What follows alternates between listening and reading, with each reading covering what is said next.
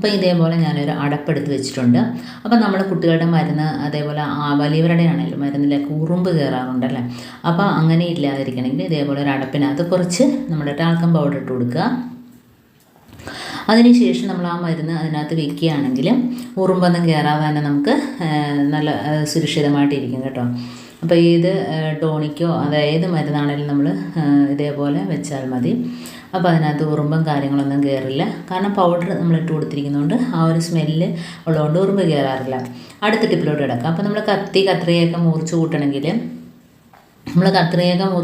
ഇതേപോലെ ഗുളികയുടെ ഒരു സ്ട്രിപ്പ് എടുക്കുക. ഗുളിക കീറുന്നതിൻ്റെ അതിനകത്തൊന്ന് കട്ട് ചെയ്ത് കൊടുക്കുമ്പോഴത്തേനും നമ്മുടെ കത്രികയൊക്കെ മുറിച്ച് കൂടി കിട്ടും. അപ്പോൾ തുരുമ്പിച്ച കത്രികയാണെങ്കിൽ നമുക്ക് ഇതേപോലെ ചെയ്യാം കേട്ടോ. അപ്പം നല്ല രീതിയിൽ മുറിച്ച് കൂടി കിട്ടും. പ്രത്യേകിച്ച് സ്ട്രിപ്പ് കട്ടിയുള്ളതാണെങ്കിൽ ഒന്നുകൂടെ നല്ലതായിരിക്കും. ഇനി കത്തിയൊക്കെ മുറിച്ച് കൂട്ടണമെങ്കിൽ നമുക്ക് ഐസ് ക്യൂബ് എടുക്കാം കേട്ടോ.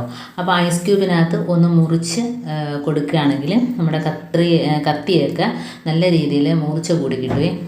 അപ്പോൾ ഇതേപോലെ ഒന്ന് തേച്ച് കൊടുത്താലും മതി. അതല്ലെങ്കിൽ നല്ല രീതിയിൽ ഐസ് കട്ട് ചെയ്യുന്ന കണക്കൊന്ന് മുറിച്ച് കൊടുത്താൽ മതി.